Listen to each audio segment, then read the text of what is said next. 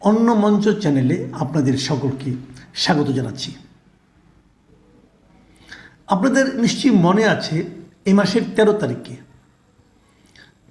যুক্তরাষ্ট্রে Donald Trump এবং নরেন্দ্র মোদীর যে বৈঠক হয়েছিল, সেই বৈঠকের পর সংবাদ সম্মেলনে ভারতীয় এক সাংবাদিকের প্রশ্ন ছিল ডোনাল্ড ট্রাম্পকে উদ্দেশ্য করে যে বাংলাদেশে যে রাজনৈতিক পট পরিবর্তন হয়েছে, এই ক্ষেত্রে যুক্তরাষ্ট্রের ডিপ স্টেটের কোনো ভূমিকা ছিল কিনা, মানে যুক্তরাষ্ট্র অফিসিয়ালি অথবা আনঅফিসিয়ালি এখানে কোনো ভূমিকা রেখেছিল কিনা, এখানে টাকা পয়সা দিয়ে কোনো রকম প্রভাব বিস্তারের চেষ্টা করেছিল কিনা, এরকম প্রশ্ন ছিল। সেই প্রশ্নের উত্তর ডোনাল্ড ট্রাম্প সরাসরি উড়িয়ে দিয়েছেন, না, তার কোনো কিছু ছিল না। তারপর তিনি বলেছেন যে এই বিষয়টা অনেক দিন ধরে ভারতের প্রধানমন্ত্রী ওনারা নাকি দেখাশোনা করছেন, ওনারা জানেন, এই প্রশ্নের উত্তর উনিই দিবেন।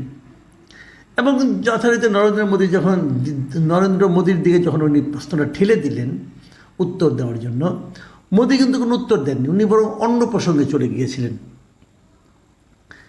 এবং বিষয়টা যেটা দাঁড়িয়েছিল বটম লাইন, সেটা হলো যে যুক্তরাষ্ট্র, বিশেষ করে ট্রাম্প সরাসরি অস্বীকারই করেছেন যে আমাদের এখানে ওনাদের কোনো ভূমিকা ছিল না এক্ষেত্রে। এখন বুধবার মানে 19শে ফেব্রুয়ারি আরেকটা ঘটনা ঘটেছে। সেটা হলো যুক্তরাষ্ট্রের মায়ামি অঙ্গরাজ্যে ওখানে একটা অনুষ্ঠান ছিল, তাদের প্রেসিডেন্ট ওখানে উপস্থিত ছিলেন। সেটা হলো ফিউচার ইনভেস্টমেন্ট ইনিশিয়েটিভ, FII। এখানে উনি বক্তৃতা দিচ্ছিলেন। এই অনুষ্ঠান মানে কি, এখানে একটা প্রায়োরিটি সামিট ছিল, সেই সামিটে উনি বক্তব্য দিচ্ছেন। এবং ওখানে বক্তব্য দিতে যে বাইডেন প্রশাসন সারা দুনিয়ার কোথায় কোথায় অপ্রয়োজনীয় অর্থ বরাদ্দ করেছেন এবং করছিলেন, তার একটা তালিকা উনি এখানে দিয়েছেন। বলাই বাহুল্য যে ওনার মানে সঙ্গে যে থাকেন এলন মাস্ক, ওনার সহযোগী ইদানিং ধনকুবের, এই এলন মাস্ক কিন্তু এই তালিকাগুলো বেসিক্যালি তৈরি করেছেন। উনিও এই সরকারি সক্ষমতা বিভাগ নামে একটা প্রতিষ্ঠান, একটা জায়গায় ওনাকে ঢুকানো হয়েছে এবং উনি দেখছেন কোথায় কোথায় অপচয় হচ্ছে, কোথায় কোথায় খরচ কমানো যায়, এরকম। এবং এটা দেখতে যে দেখেছেন USAID নামে যে প্রতিষ্ঠানটা যুক্তরাষ্ট্রের এতদিন ধরে ছিল, এটাকে উনি একদম বিলুপ্তই করে দিয়েছেন। এই USAID-এর মাধ্যমে সারা দুনিয়ায় তারা প্রচুর টাকা পয়সা বিভিন্ন কারণে, গণতন্ত্রের নামে, গণতন্ত্রের বিকাশের নামে, রাজনৈতিক প্রতিষ্ঠানকে শক্তিশালী করার নামে নানা রকমভাবে তারা টাকা পয়সা দিত। তো এখানে উনি একটা তালিকা দিয়েছেন এবং কোটি কোটি ডলারের তালিকা একটা। এবং সেই তালিকার মধ্যে উনি কোনো দেশের নাম, ইন্ডিয়ার নাম বলেছেন। ইন্ডিয়ায় যে গত নির্বাচনটা হলো, সেই নির্বাচনে যাতে নাকি অধিক সংখ্যক লোক ভোট দিতে আগ্রহী হয়, এই জন্য যুক্তরাষ্ট্র প্রায় $21 মিলিয়ন ব্যয় করেছেন। এরকম অনেক দেশে, নেপালে আরও বেশি, তো এরকম বিভিন্ন জায়গায় ওনারা ব্যয় করেছে। এর মধ্যে বাংলাদেশের নামটাও আছে। বাংলাদেশের জন্য ব্যয়ের পরিমাণ হচ্ছে $29 মিলিয়ন, মানে $29 মিলিয়ন, যেটা আমাদের টাকায় হচ্ছে $2,90,00,000 মার্কিন, প্রায় 300 কোটি টাকার মতো হবে। তো এই টাকাটা তারা ব্যয় করেছে আমাদের এখানে। কেন করেছে? সেখানে বলা হয়েছে যে বাংলাদেশের রাজনৈতিক পটভূমি শক্তিশালী করার উদ্দেশ্যে এই টাকাটা বরাদ্দ দিয়েছে বাইডেন প্রশাসন। এটা যে মাত্র একবার দিয়েছে তা কিন্তু না, USAID তো আমাদের এখানে অনেকদিন ধরে কাজ করে, তার মানে এর আগেও এই টাকাগুলি ব্যয় হয়েছে।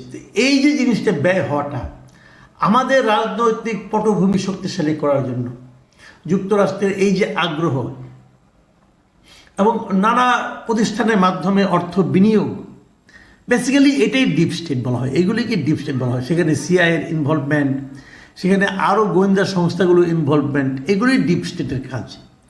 তো যে জিনিসটা উনি 13 তারিখে অস্বীকার করলেন, একদম মুখ পুছে অস্বীকার করলেন, 20 তারিখে আবার ওটাই উনি বলে দিলেন, এবং ওনার এই বক্তব্য থেকে বেরিয়ে আসলো যে যুক্তরাষ্ট্রের ভূমিকা এখানে ছিল। তাহলে যে কথাটা এতদিন ধরে আওয়ামী লীগের পক্ষ থেকে বলা হচ্ছিল, এবং আওয়ামী লীগের শেখ হাসিনা নিজেও বলেছেন, আগে ক্ষমতায় থাকতে বলেছেন যে যুক্তরাষ্ট্র তাকে ফেলে দিতে চায়, তাকে সরিয়ে দিতে চায়, এবং তারপরে ওনার পতনের পরে আওয়ামী লীগের অনেক নেতাকে বলতে শুনেছি যে শেখ হাসিনার পতনের পেছনে যুক্তরাষ্ট্রের একটা ভূমিকা ছিল।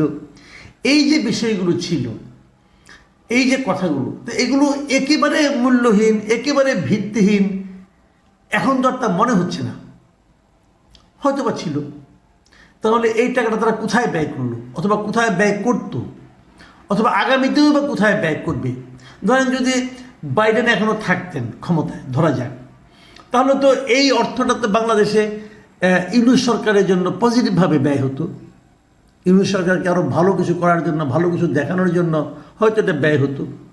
আবার আওয়ামী লীগের ক্ষেত্রে, যখন আওয়ামী লীগ সরকার ছিল, তাদেরকে ওখান থেকে নামিয়ে দেওয়ার জন্য হয়তো ব্যয় হয়েছে। অনেকে কিন্তু জিজ্ঞাসা করেন এই যে বড় বড় বিভিন্ন রকম আন্দোলন হয়, হ্যাঁ, হাজার হাজার মানুষ আন্দোলন করেন, এটা একটা ব্যয় আছে না, এই ব্যয়টা কোত্থেকে আসে?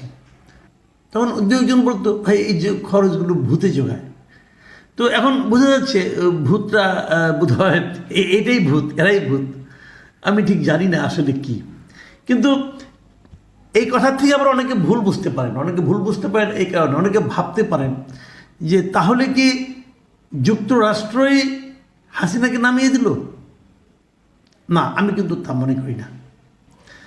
যুক্তরাষ্ট্র যেমন নামিয়ে দিতে পারে না এককভাবে, ভারতও তেমনি কোনো একটা সরকারকে ধরে রাখতে পারে না। ভারত নিশ্চয়ই হাসিনা সরকারকে ক্ষমতায় রাখতে চেয়েছিল, পারে নাই। যুক্তরাষ্ট্রই নামিয়ে দিতে চাইলে যুক্তরাষ্ট্র আরও আগেই নামিয়ে দিত। আগে কি তারা চেষ্টা করে নাই? তারা চেষ্টা সবসময় করেছে।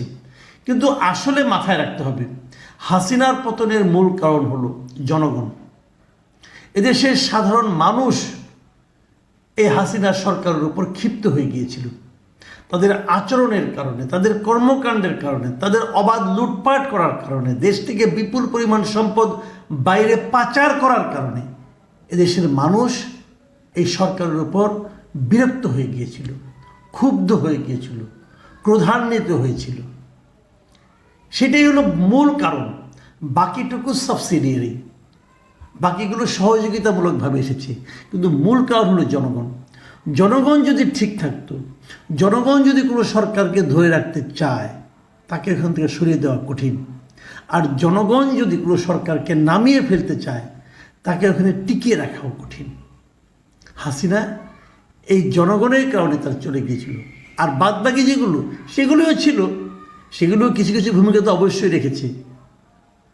তো ডিপ স্টেট একদম কাজ করেনি তা বোধ হয় নয়, অনেক ডিপ স্টেটে কাজ করছে। প্রিয় দর্শক, এখন এই পর্যন্তই। আমাদের এই নতুন চ্যানেল, এটাকে আপনারা সাবস্ক্রাইব করলে আমরা উৎসাহিত বোধ করব। ভালো থাকবেন আপনারা। আল্লাহ হাফিজ।